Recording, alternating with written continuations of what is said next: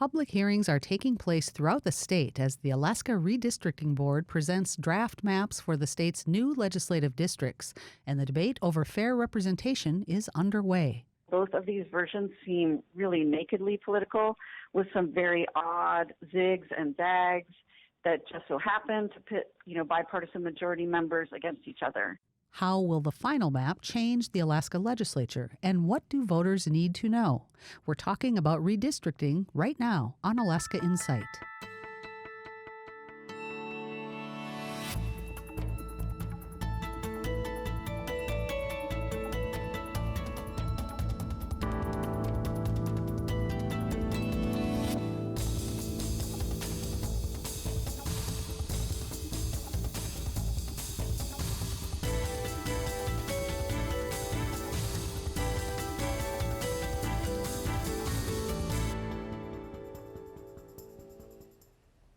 Every 10 years, a state board redraws the boundaries of Alaska's legislative districts. The process is long and technical, but there's a lot at stake. It can determine which party controls the state legislature. Alaska Public Media's Annie Feit explains. The Alaska legislature has 20 senators and 40 House members. Every 10 years, the state redraws the boundaries of those legislative districts to match the latest numbers from the U.S. Census. After the 2020 census, places in the state that added population, like the Mat-Su borough, will likely gain part or all of a district, while places that lost population, like Anchorage, will lose all or part of a district. The redistricting board is charged with drawing the new map. The board has 5 members. 2 were appointed by the governor, 1 by the Senate president, 1 by the House Speaker, and 1 by the Chief Justice of the Alaska Supreme Court. John Binkley chairs the commission. The choices are supposed to be nonpartisan. There are infinite possibilities for drawing lines, but commissioners have to make sure about 18,000 people are in each House district, and double that number for each Senate district. The Alaska Constitution also requires that the districts be contiguous and compact, and be integrated socioeconomically as much as possible. The Constitution says drainage and other prominent geographic features, like rivers, should be used for boundaries when possible. The board proposed 2 maps. Other interested parties and citizens have proposed their own maps. The board is holding more than 20 hearings around the state this fall to gather public input. November 10th is the deadline for commissioners to choose one final map. Even after the final map is approved, there could be court challenges. The goal is to have the new district outlines finalized in time for the 2022 election. For Alaska Public Media, I'm Annie Feit. Thanks for breaking down the redistricting process for us, Annie.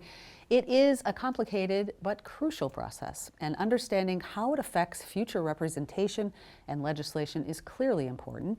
My guests this evening understand what's at stake. Senator Tom Begich is an Anchorage Democrat and part of the Senate minority. Randy Riedrich is the former chair of the Alaska Republican Party and is now with Alaskans for Fair and Equitable Redistricting. Welcome, both of you. Thanks so much for being on hand this evening. So, Senator Begich, I want to start with you. Despite tensions in some of the testimony over the current maps, you said Alaska has one of the best processes in the country. Talk about that a little bit. What sets us apart? Well, we have a unique situation in that we have a board that has 5 members that are not appointed by the governor alone, so there's a mixture of who appoints that board. Our process is pretty well defined in the Constitution, so we know we only have a 90-day period once we receive the census data to produce the maps, and then a limited time period for when lawsuits can be filed and should be filed, and then the courts are required to expedite those cases. So we actually have a very clear timeline.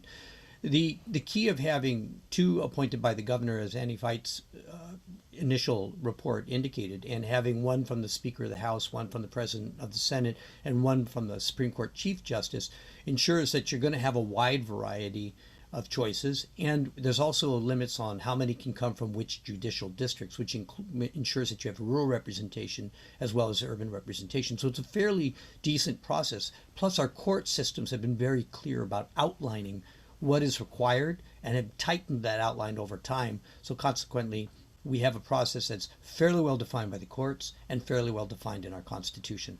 Great, thank you for that breakdown. Mr. Riedrich, I want to turn to you now. You lamented that few people pay attention to redistricting and their level of understanding of the process is poor. These maps, as you know, are very important and will be in place for a decade. What would you say to someone who says, I really don't get it and I don't care? Well, it's very unfortunate if people say to understand. I think it's every citizen's duty to understand the significance of the mapping process. As added population, you're going to benefit from a shrinking footprint to get to the proper representation from the standpoint of one person, one vote, Alaska. So it is very important for everyone to understand, because if you overlook this, you will have 10 full years to deal with the consequences of being engaged. We're having some trouble with your audio. Not sure what's happening there, but it's dropping out a bit. So hopefully Okay. we can figure out what's going on there. Senator Begich, I'll turn back to you now. How do you describe the importance of this process to someone who says they aren't interested in it? What would you say? Well, I would say you should be, because it's a matter of priorities. It's a matter of what you want your future to be. If you have children, it's going to be the state in which your children grow up in. If you don't have children, but you have, any interest at all of continuing to live in Alaska, you're going to want to know how it's framed. Who we elect to office determines how our state functions, whether we have a fiscal plan, whether we ensure that we're going to fund education, or whether we're going to build our roads or fund our university. All of this comes down to redistricting. It is a critical piece of determining what your future is. I, for one, want to know that I have had impact and input in my future, and that's why I'm engaged in the process and have been for 3 decades. Continuing on, Senator, the current redistricting board has not allowed continued updates to the maps after testimony, and you called that surprising. Talk about why that's important, and what do you know about why that's not happening this time?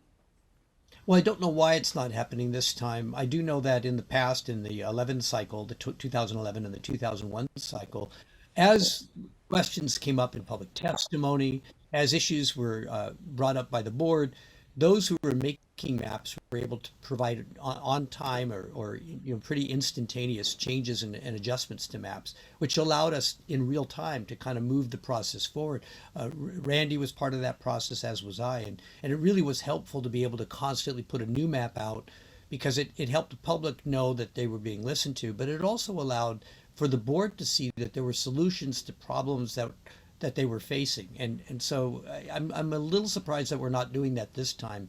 But both Randy and I have put forward new maps recently, to help identify this sort of important part of the process, and to ensure that at least some of these answers to their questions are put on the table. Mr. Riedrich, how about for you? Is this a concern, this lack of constant updating for you? I find it very troubling. Our solution was to just publish updated maps to the best of our ability on our website, which is affer.org, and do that.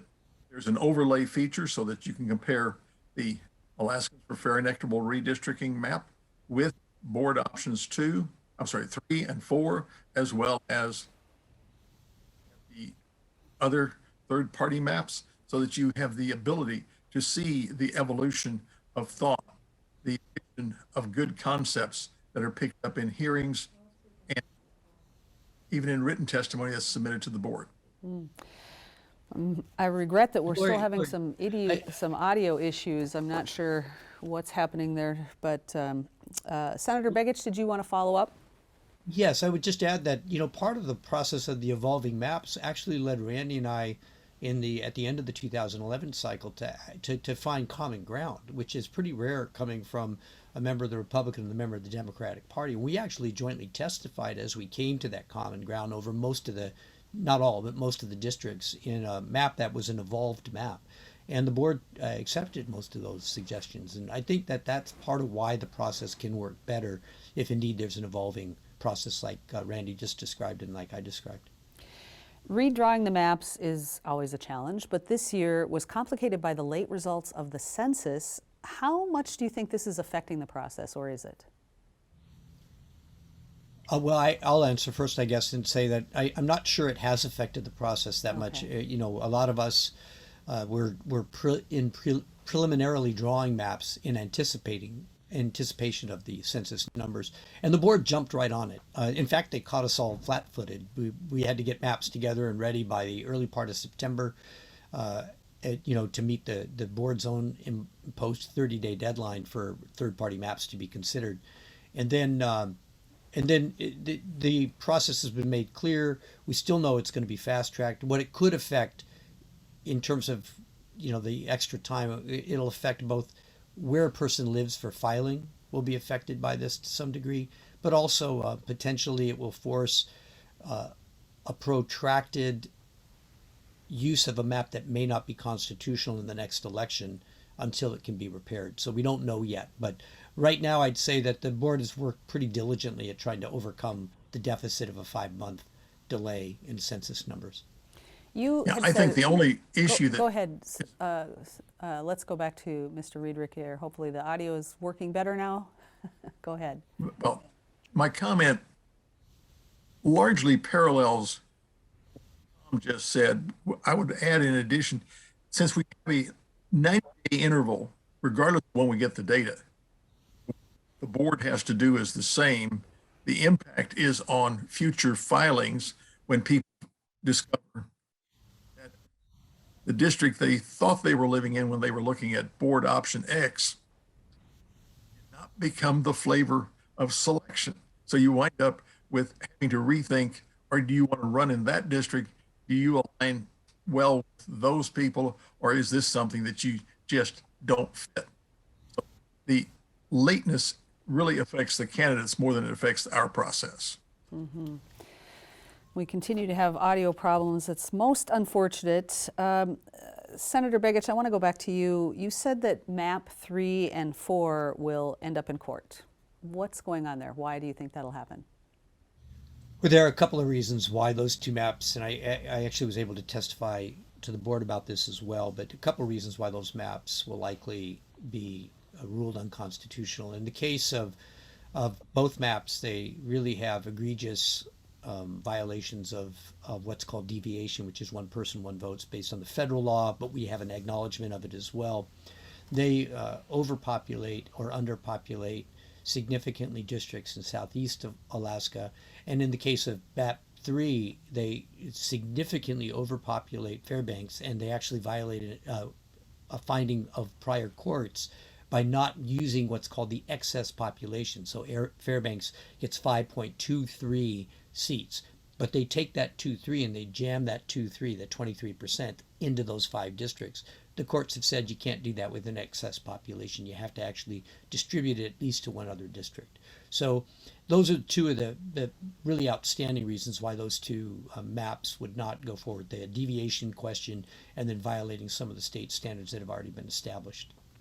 I want to stay with you for just a moment before we go back to Randy Riedrich. The Federal Voting Rights Act required Alaska to have district maps reviewed by the Department of Justice for 40 years because of the potential for discrimination against Alaska Native voters. But after the U.S. Supreme Court invalidated parts of that law, that review won't happen this year. Does that concern you? Yes, it does concern me that review is not occurring.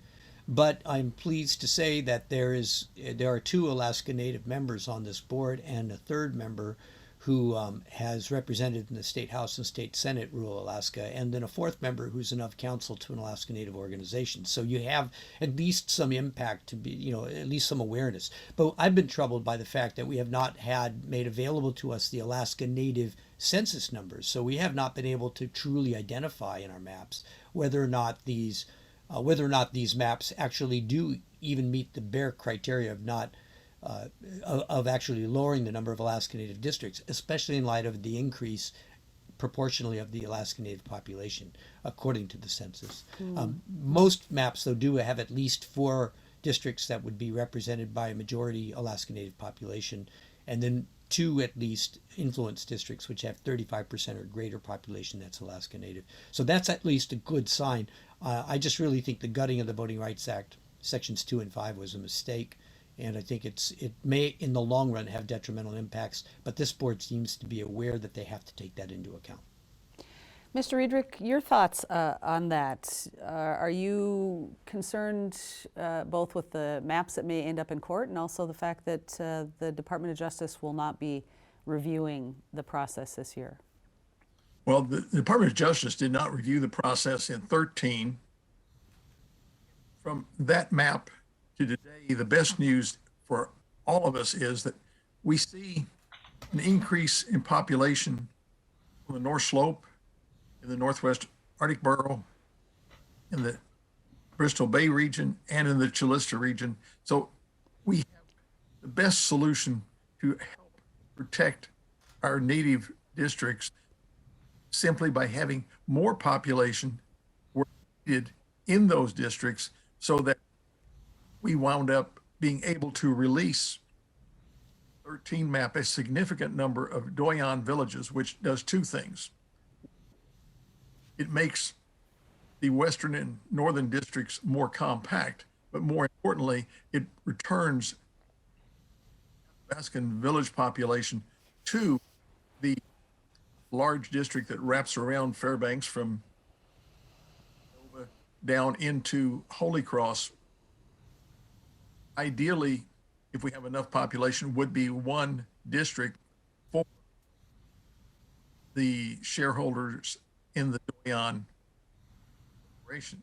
Now we don't quite have that many, but at least Doyon gets to be represented in 2 districts, not 4 as we were in the 13 map. So we've made a lot of progress on protecting native voting rights. It came from the right place in native regions. All right, the audio is a little better, but we're still having a little bit of dropout there. I want to stay with you though, sir. You said gerrymandering is misunderstood and gave an example of a big population shift between 2000 and 2010 in a region where one area declined, another gained, and you said that redistricting needs to fix this misalignment. Talk about that correction, and I don't imagine you would call that gerrymandering. Well, clearly it's not gerrymandering. When you have the comparison that I was referring to is, we had one district between 2010 and 2000 and 2010 grow 46%. In this election, we had a similar growth in the Mat-Su Valley, where the southwest part of the valley had a population increase of over 5,400 people. So by the time we got to the census, Southwest Mat-Su Borough was severely underrepresented or populated. So you have to redraw the map, accommodate those changes. And that takes the Mat-Su Borough from just 5 House seats to nearly 6. So you wind up having to add some population to get to a full 6, but the Mat-Su Borough added over 8/10 of a district. Correspondingly, we saw Anchorage lose almost 0.6, and we saw the North Star Borough lose nearly 0.3. The other place that grew besides rural Alaska was Kenai. And so Kenai has surplus population over their 3 House seats used to help build a proper full representation map for all Alaskans. Senator Begich, how do you describe when someone asks you, if they ask you, what gerrymandering is, what it means? Well, there's two. Gerrymandering is the inappropriate, creation of districts that are designed to actually create a harm that isn't necessary and certainly isn't applied to by our Constitution. The courts themselves, and I'll quote from a court hearing in Hickel, which is one of the lawsuits from the past. It's, quote, "The division of a borough which otherwise has enough population to support an election district will be an indication of gerrymandering." That's what our court says. So they're basically saying a deliberate efforts to break socioeconomic integration without any practicable reason to do so would be a sign of gerrymandering. There's other elements. If you see a dramatic matching of incumbents against each other, that would be a sign of it. I think back in the 01 cycle, and Randy, you can correct me on this, but I think 20 plus incumbents were pitted against each other in that cycle. And, that could bring up issues or questions about gerrymandering, and you look to see balance. Are there more one party or another party? People look at incumbency as maybe an indicator that if you do the map right and you do the process the court's outlined, then there's really no reason for you to cross the lines the court has drawn in what they define as gerrymandering. And I've said that to people before. Just because you don't win districts doesn't mean it's been gerrymandered. And through the decades, there have been big distinctions in this process. 2002, there was 27 of 40 districts. I think there was some conversation about this. Had to be redrawn. 13 entities sued over it. What a big mess. But in 2012, not much had to be redrawn. So what was going on between those two? Not much population shift, or was there partisan politics involved? No, it was a determination by the court, really. So Anchorage had 16 House districts at that time, and the original map that was drawn in 2001-2 was a map that had used a plus 5% from the median number, minus 5% to the median number, which is what we thought allowed by the law. The court said no, and they actually said very specifically that newly available technological advances will often make it practical to achieve deviations substantially below the 10% federal threshold, particularly in urban areas. When they said that, they remanded all 16 of those districts back to the board for redrawing, and they redrew it instead of 10% plus or minus 5% plus or minus down to 1.35% plus or minus. That's the main reason. And then we knew that going into the 2011 cycle, so we drew really tight deviations from Fairbanks all the way down to Anchorage, consequently avoiding that particular argument. So that really was part of our court's tightening to avoid gerrymandering, so there wouldn't even be the appearance of it. I would parenthetically add that the reason for those high deviations in Anchorage really was because the districts were built around community council boundaries. And the court said, no, neighborhoods within a socioeconomically integrated area like a municipality don't matter. What matters is that the municipality is socioeconomically integrated. And that was really important because those are distinctions that had never occurred before 2002. Mr. Riedrich, I want to get back to you now, talking about these concerns over how the lines are drawn. The political climate has been really overheated in recent years. Does this make redistricting more difficult? And have you seen comparisons to what we're seeing right now in the past? Well, the political climate is charged, but the level of activity, concern about the maps, does not reflect that level of intensity. We're still just engaged in trying to draw maps that will survive the test of time, elect people who serve respectively 18,000 plus people for a decade. So it's an environment that does not reach to the redistricting. Local issues in Anchorage or some of the third and fourth special sessions in Juneau have pushed a voter interest in redistricting that I would have anticipated. All right. Mr. Begich, I'm sorry, Senator Begich, back to you. Your thoughts about the difficulties in the current political climate. Does that matter? We've got about a minute here for your response. Sure, I agree with Randy on this one, that we thought it might matter, but it really hasn't. The board is well insulated from that. And the maps reflect that. I mean, there are some maps I prefer over others, from my partisan hat, but when you look at the maps as a whole, they're all just variations on a theme. So I think that the real key here is the integrity of the process seems to have been maintained despite the acrimony in our political dialogue today. And an example of that is the fact that Randy and I are here talking with you, and we don't have a lot of animosity on these maps, and we have preferences, but not a lot of animosities. I think the reapportionment process in Alaska is not broken, and we need to continue to support that process to ensure that we have a fair map that's equitable for all Alaskans. Well, Well, it does seem like a breath of fresh air that we have people from opposing parties that are able to work together and help bring some clarity to Alaskans. So thank you both so much, Senator Tom Begich and Mr. Randy Riedrich, for being with me this evening.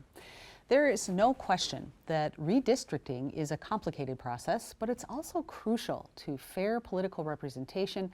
And if people feel they can trust how the maps are drawn, they'll likely be more engaged with voting and the election process. And that civic engagement is critical to shaping the future of our state. Alaskans can testify to the board again on October 30th. The final map deadline is November 10th. That's it for this edition of Alaska Insight. Be sure to tune in daily to your local public radio station for Alaska Morning News and Alaska News Nightly every weeknight. Be part of important conversations happening on Talk of Alaska every Tuesday morning, and visit our website, alaskapublic.org, for breaking news and reports from across the state. While you're there, sign up for our free daily digest so you won't miss any of Alaska's top stories of the day. We'll be back next Friday. Thanks for joining us this evening. I'm Lori Townsend. Good night.